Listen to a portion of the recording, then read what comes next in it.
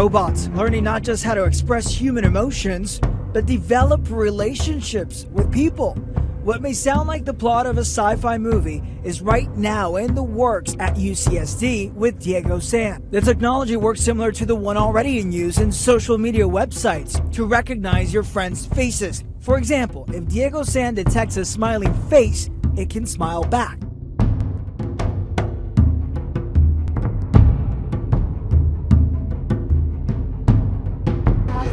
Compared with its predecessor Showa Hanako 1, this robot is designed to be more realistic, functional, and easier to use. 私が練習してきた歌をお聴きいただきたいと思います。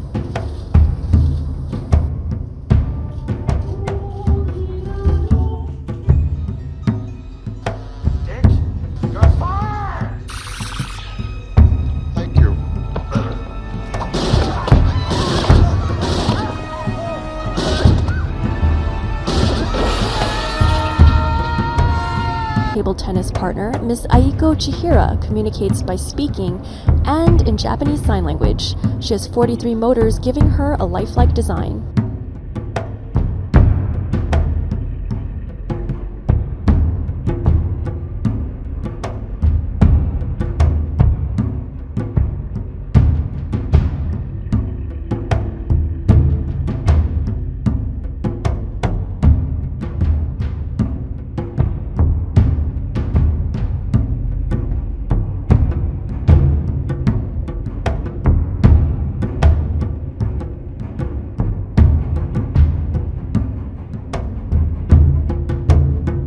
The first time Albert Einstein locks eyes with you, it can be an intense experience. The super-realistic Einstein robot, an emotionally intelligent machine modeled after the famed physicist, can track your eye movements, respond to audio cues, and mimic your facial expressions, much like a real human. The Head and Shoulders automaton was built at Hanson Robotics in Texas, and it uses 31 internal motors to evoke expressions of happiness, sadness, anger, fear, or confusion.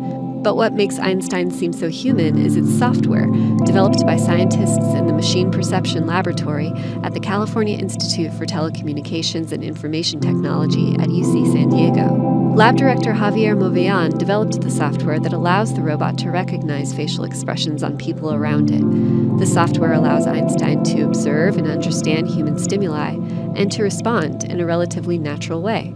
It even recognizes facial cues suggesting age and gender, or whether the person interacting with it is wearing glasses. The robot's parallel facial action coding system can also detect simple gestures like nods and mimic those reactions. Scientists are hoping to use the Einstein robot to better understand the interaction between humans and robots. It could also be used as a platform for entertainment, fine arts, cognitive therapy, and even education. Indeed, the UC San Diego scientists already have plans to deploy the robotic head in a high school classroom to see if learning from Albert Einstein himself might be one way to engage teenagers more fully in physics, math, and other sciences.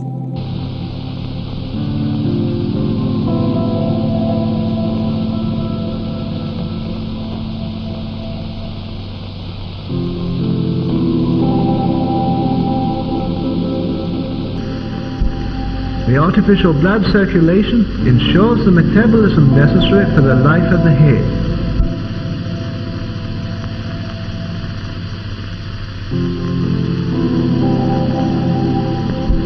The isolated head lives on for hours and reacts to external stimuli.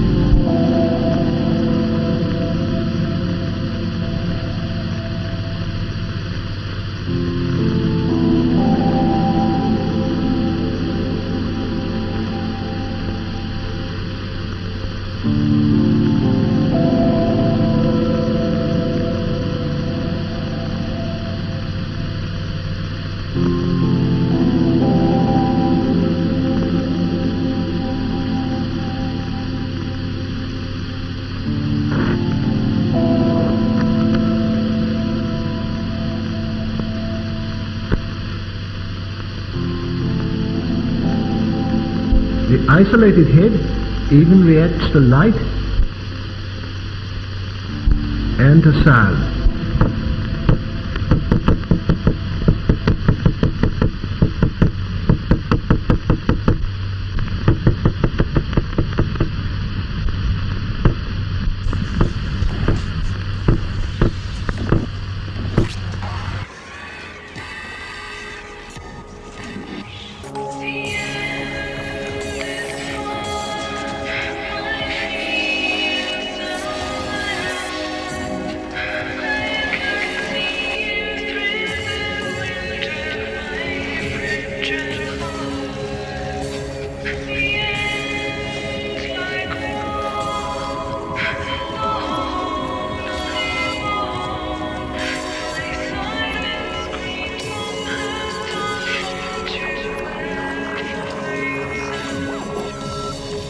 such as perhaps a technological restructuring of our bodies to eliminate the requirement for food, prevent our minds from falling into a state of crippling disorder, and maybe even render death obsolete.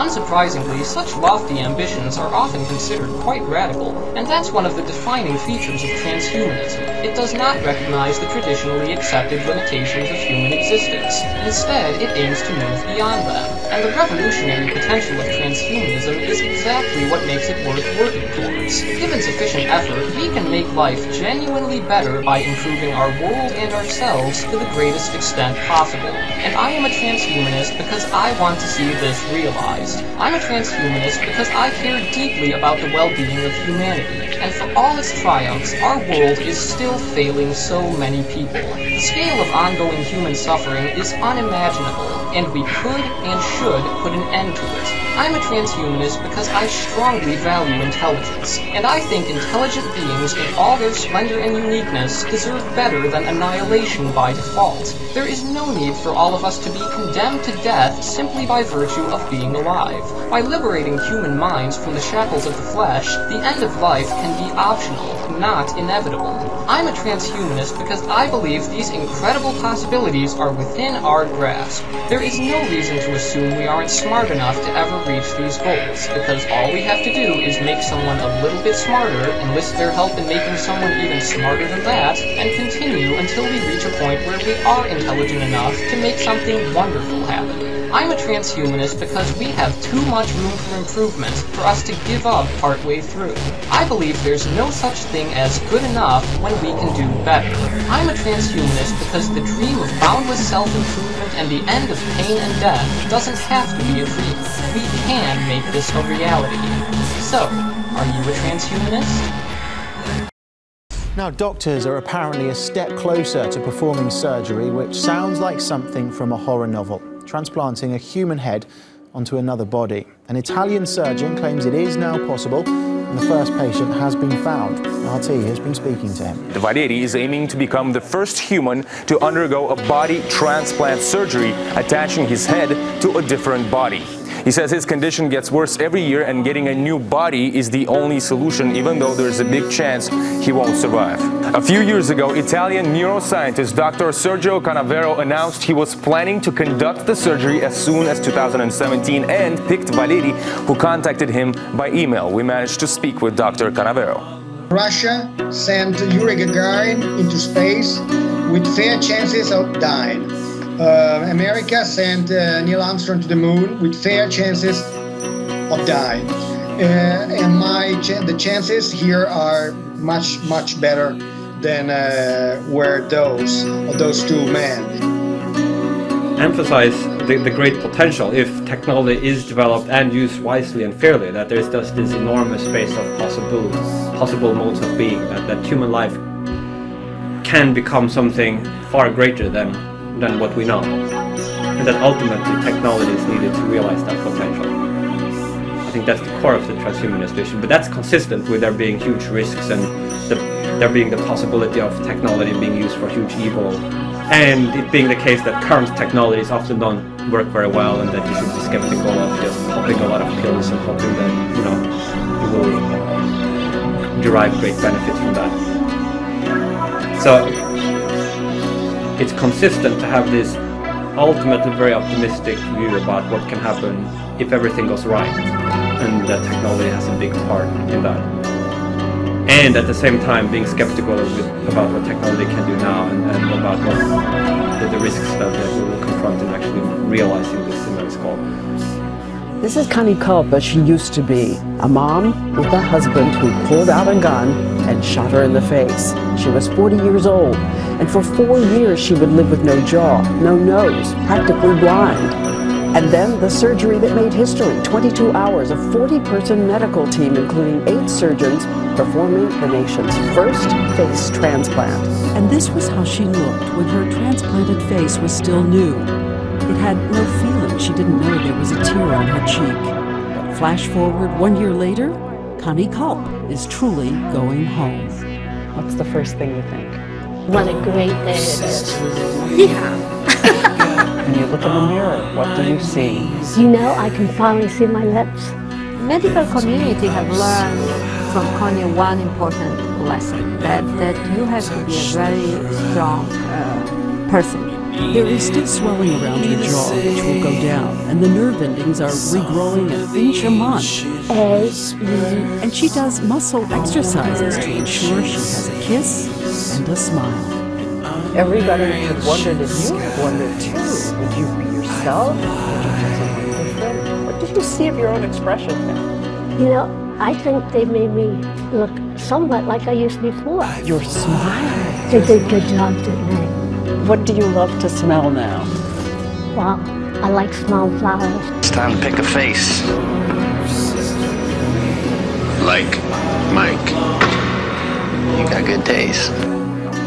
These are covered with a unique human-like skin called rubber, short for flesh rubber. The ultra-realistic android can also recognize and interpret the expressions of real humans it comes into contact with. Grace Copplestone is from developers Hanson Robotics. So we have cameras in his eyes and in his chest, which allow him to recognize people's faces. Not only that, but recognize their gender, their age, whether they're happy or sad. Han is even able to hold simple conversations thanks to voice recognition software. I think you are perfect man for my wife. I don't have to do whatever you say. I have my own free will. Han, however, won't be the robot to get the job. Instead, the technology is being commercialized on Eva, a more approachable female robot, with plans to produce hundreds of models this year. What is it? It's asleep. Fairhour Electronics presents its new model, the Mark 13. The Mark 13 is self-repairing, capable of recharging its storage batteries from just about any power grid, including the sun. And when it wakes up, it'll become something entirely new. I gotta see. It's important. Meet me in 1 hour. A creature that combines the technology of a computer, the deceit of a human, and the killer instinct of a machine. But insofar as transhumanism can continue to serve that role of raising awareness, bringing these topics into the center of attention and getting people to widen their horizon and thinking of the human condition not as an eternally given, but something that perhaps can change and will change. That's a very important value that transhumanism brings to the world, in addition to sort of being an actual kind of social community for the people who are actively engaged themselves. Well, one of the big advances is nanotechnology, that you could create nanoparticles and say put whatever medicines that you'd want in those nanoparticles, and then you put an arrowhead, that would on the nanoparticles that target it right to the tumor cell. So the idea is that you'd be able to get very, very high concentrations of the drug into the tumor or whatever other site you're going to, and very, very low concentrations in the rest of the body where it might cause bad side effects. Can we do that now? They're in clinical trials right now.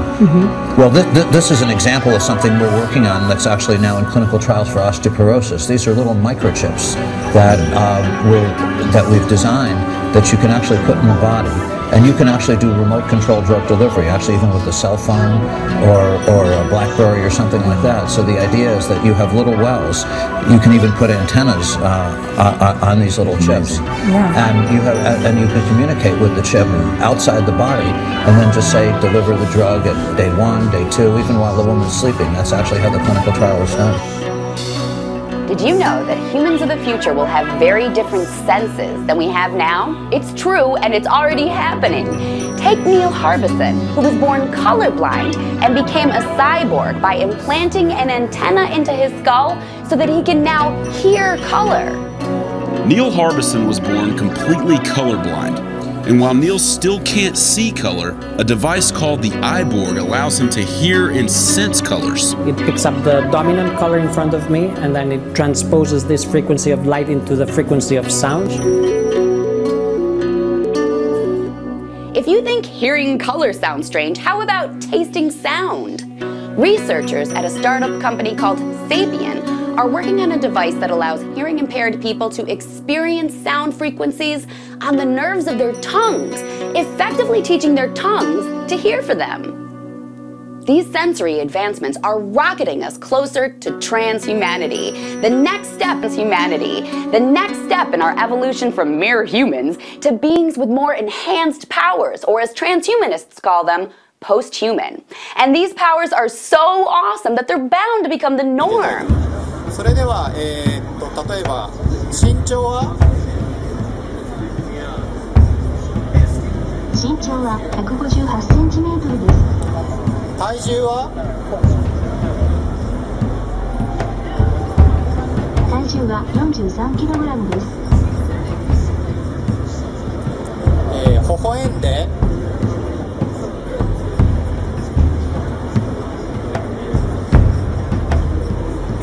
ちょっと微笑みは結構微妙なんですけども、じゃあ怒って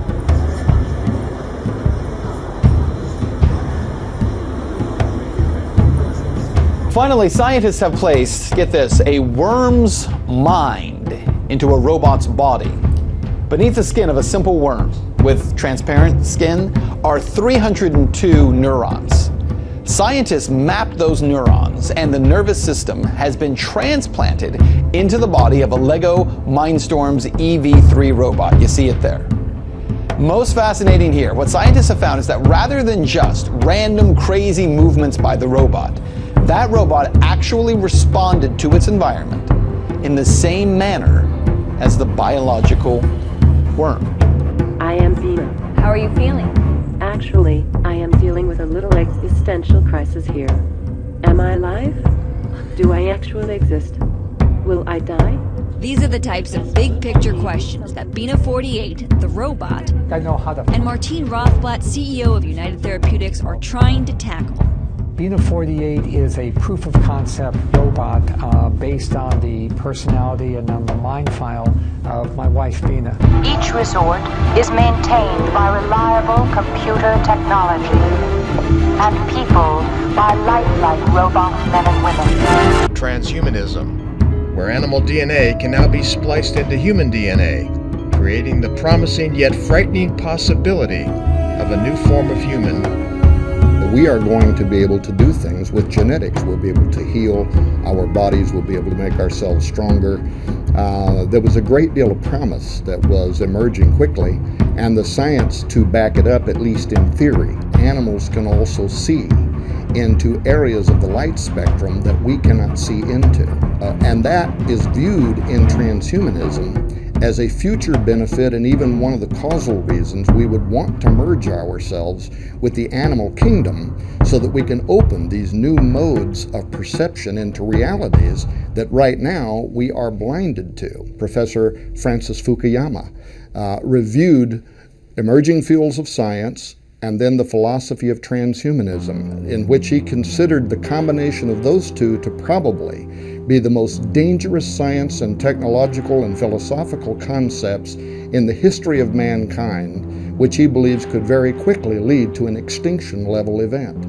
In the way that in the past, between the Soviet Union and the United States, we were in an arms race over nuclear arms, transhumanism is the near future arms race, and it is considered to be of such importance that the top scientific mind at the Pentagon put out a press release recently called Jason's Fear Brain-Modified Foes, in which they were talking about this technology in the hands of our enemies.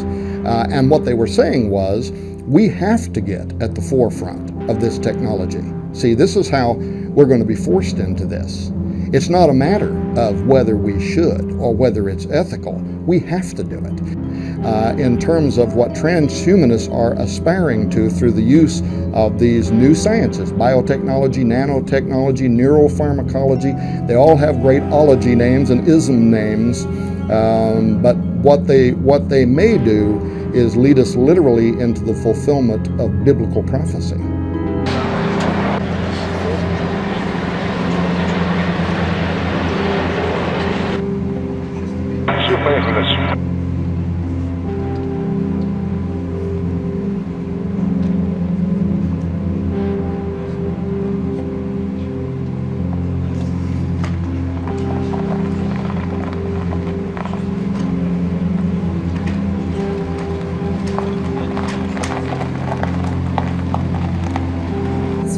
fascinating to me because this seems to be a really polarizing issue. You have one camp that says this is going to destroy us, and the other camp that says this is only going to help us. Where do you stand in all of this?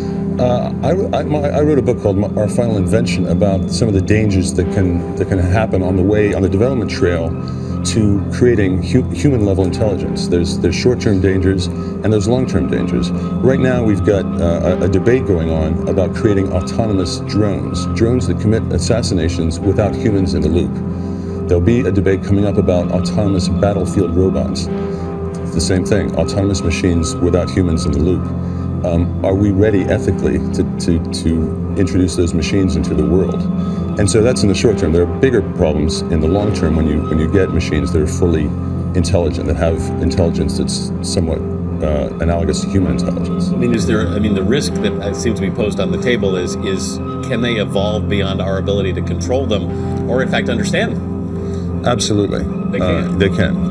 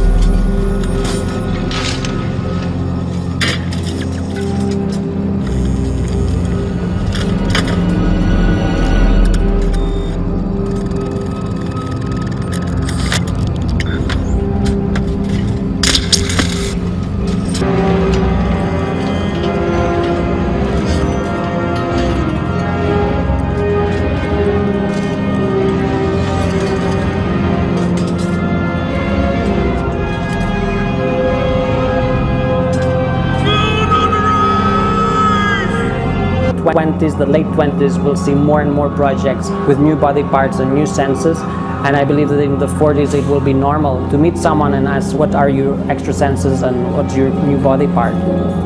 Hearing color, tasting sound. Like it or not, my fellow humans, transhumanity is on. This was really still considered science fiction. Anthony Atala is director of the Wake Forest Institute for Regenerative Medicine. He's been at it for more than 2 decades.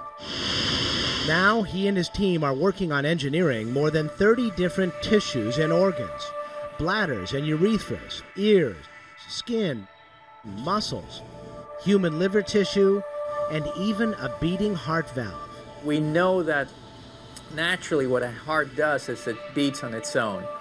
So for us, the concept of recreating this in the laboratory is really nothing more than just recreating what nature already knows how to do. Just because we don't regenerate doesn't mean that we can't regenerate, it just means that we don't. And what we've done here is change the information in the cells at the wound site. Dr. David Gardner of the University of California, Irvine is trying to learn how to make humans better regenerators by studying nature's reigning regeneration champ, the salamander. When you cut off a salamander's arm, you can cut it off at any level. So you can cut off fingers, you can cut it off at the wrist or the arm or the elbow or the shoulder. And whatever you cut off, that's always what grows back. It doesn't grow back more and it doesn't grow back less. Gardner wonders how a human who has lost a limb might be able to recover like a salamander. This, for example, is no special effect. It's a lab-grown lung, no clone attached. I absolutely see a day where you'll walk into a manufacturing facility somewhere and there will be jars of kidneys and jars of livers and jars of lungs, whatever it is you need. Dr. Steve Badalak is Deputy Director of the McGowan Institute for Regenerative Medicine at the University of Pittsburgh, where they are in the vanguard of a fast-moving field called tissue engineering. The goal? Grow tissue or even whole organs to repair damaged or diseased human bodies. Here they're using pig bladders to help grow human muscle. That's right, pig bladders. Turns out they're a good source of a fundamental biological building block known as the extracellular matrix.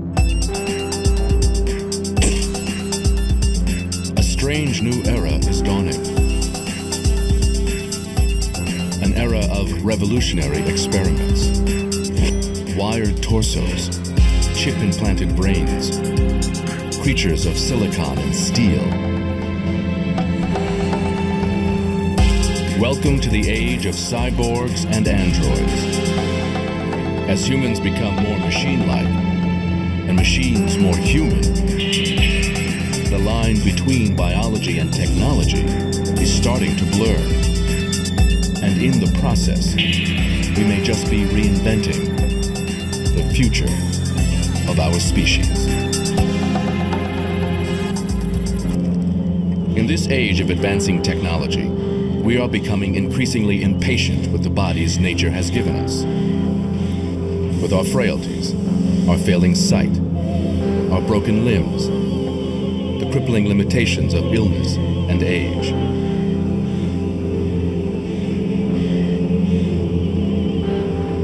While our minds soar, our bodies seem frozen in time. What if we could build a better body? Use technology to fix this human form, and then actually improve upon it. Make it stronger, faster, smarter, and create the human of the future today. Hi, I'm Nigel. I lost part of my arm in an accident at work a few years ago. Since then I've been fortunate enough to be given one of these to trial. This is the B-Bionic V3. It's a prosthetic hand. This is the B-Bionic V3. This is key grip. This allows you to hold credit cards, bank cards, car keys, etc, etc. And now move to a point. Pretty self-explanatory. This one will allow me to type the keyboards. We then move the thumb to this position, and we can get tripod grip. Put small things up. We can then change the grip again. This is power grip, this is for heavy things, this is for shaking hands, this is for being human. And we have this grip here. This is one that scares children and upsets my wife. Rotate the hand here. This is trigger grip, but it can be adapted if you so wish, if you've got the guts. Having a relaxed grip, this is so that when you walk down the street, it just looks like a normal hand. You can close it a bit further if you want to.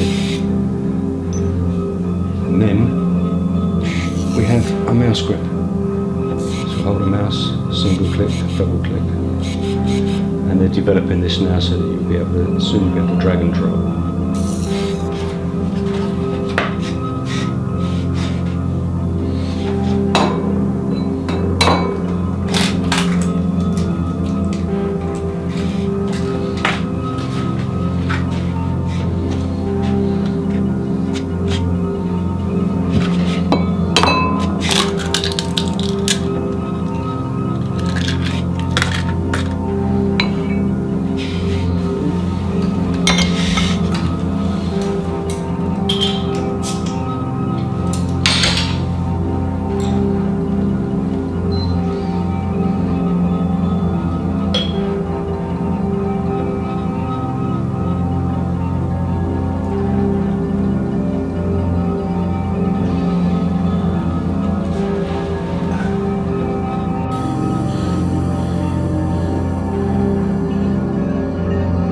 Futurists have long speculated that we could use our technology to alter the course of human evolution, to redesign the species. 4 decades ago, the neuroscientist Manfred Clynes imagined engineering a new race of people for life in space. Their bodies rewired, their hearts replaced by nuclear fuel cells. Metal beneath the skin. Cybernetic organisms, cyborgs, the ultimate merger of man and machine.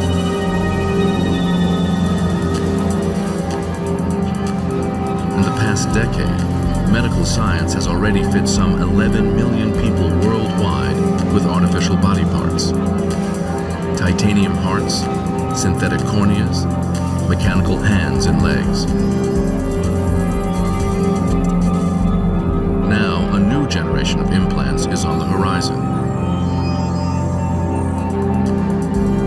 As computer chips become tinier, more powerful, engineers are fitting them with biological sensors, electrodes, radio receivers, devices that tap directly into the senses and reach deep into the brain itself.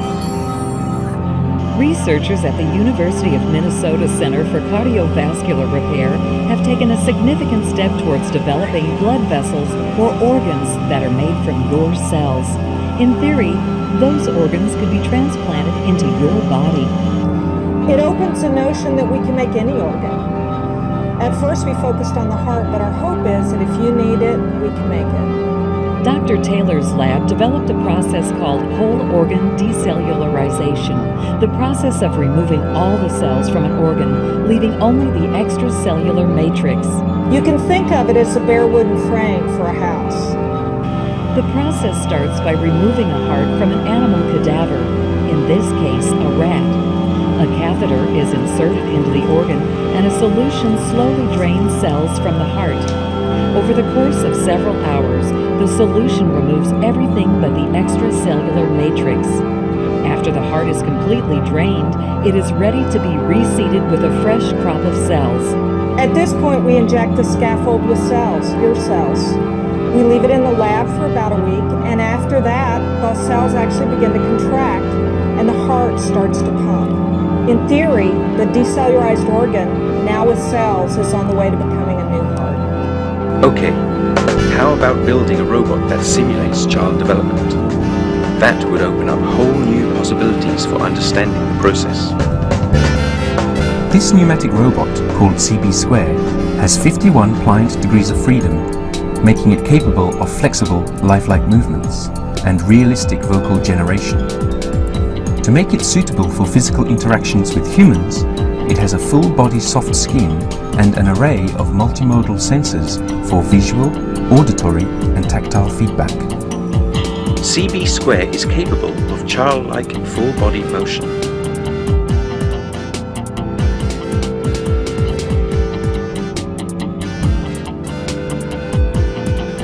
Tactile sensors are embedded in its silicon skin and mimic the way infants receive tactile sensations during motion. In other words, CB2 can simulate the very same developmental process that a child goes through when generating a self-body image. Parents assist the motion of their children. Can humans do the same for CB2? In fact, intimate interaction can be performed by only controlling the timing of ballistic motion thanks to its flexible joints. It provides us with quantitative data to analyze what makes the interaction successful. These figures show that it's even possible to measure the degree of synchronization using correlation between CB2's motion and the human caregiver.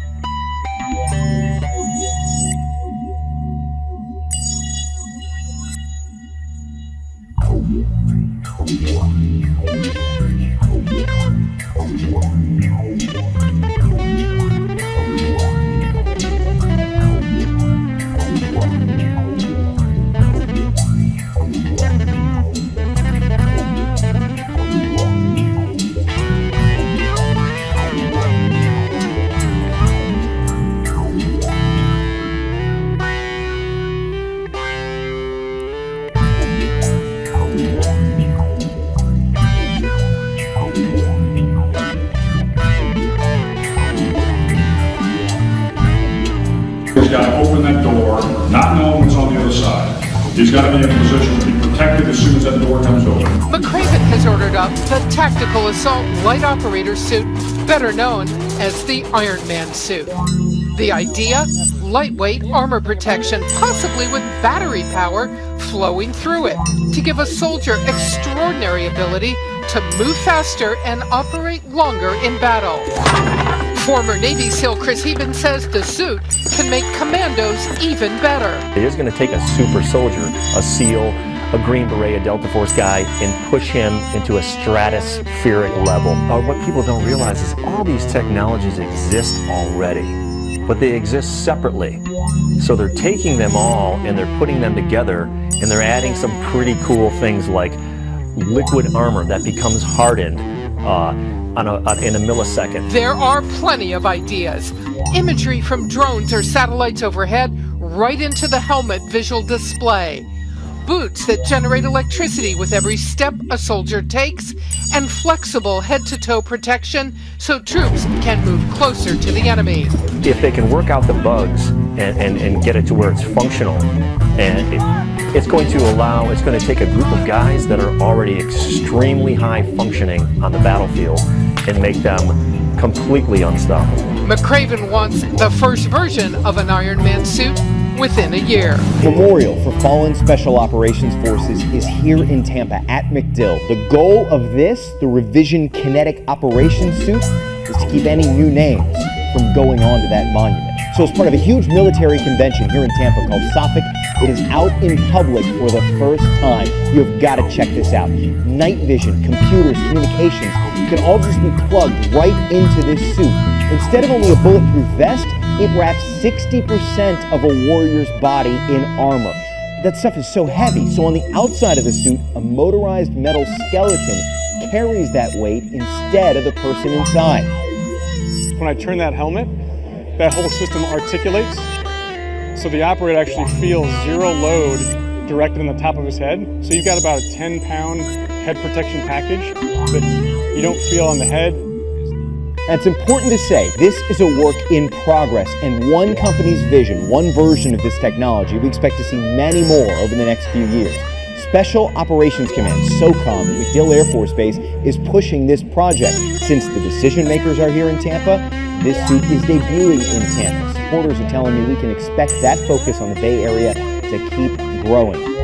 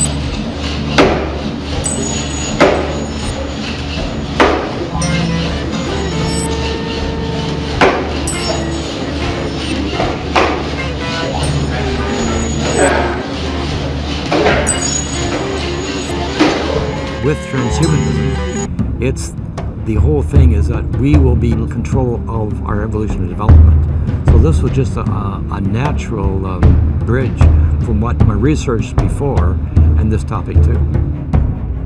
The first thing that I would want is that that people would have an understanding about transhumanism. As I'm talking to friends and relatives and so on, right now, very few people have an understanding of this. Just think of the word transhuman. Okay, the word trans is really a vehicle.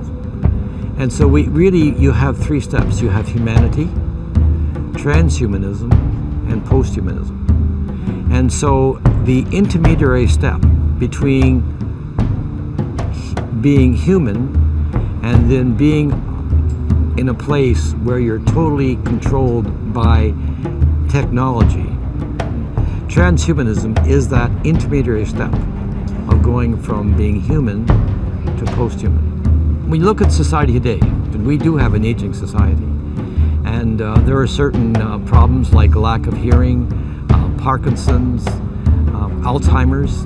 These are all really problems that are in our society. And with medical technology, we're making tremendous advancements. Like, for example, people with loss of hearing, you can have a cochlear implant. We think in terms of Parkinson's disease, the deep brain stimulation, where the tremors can be controlled. And even it's envisioned that in 5 years, blindness will be something of the past. These are all wonderful things.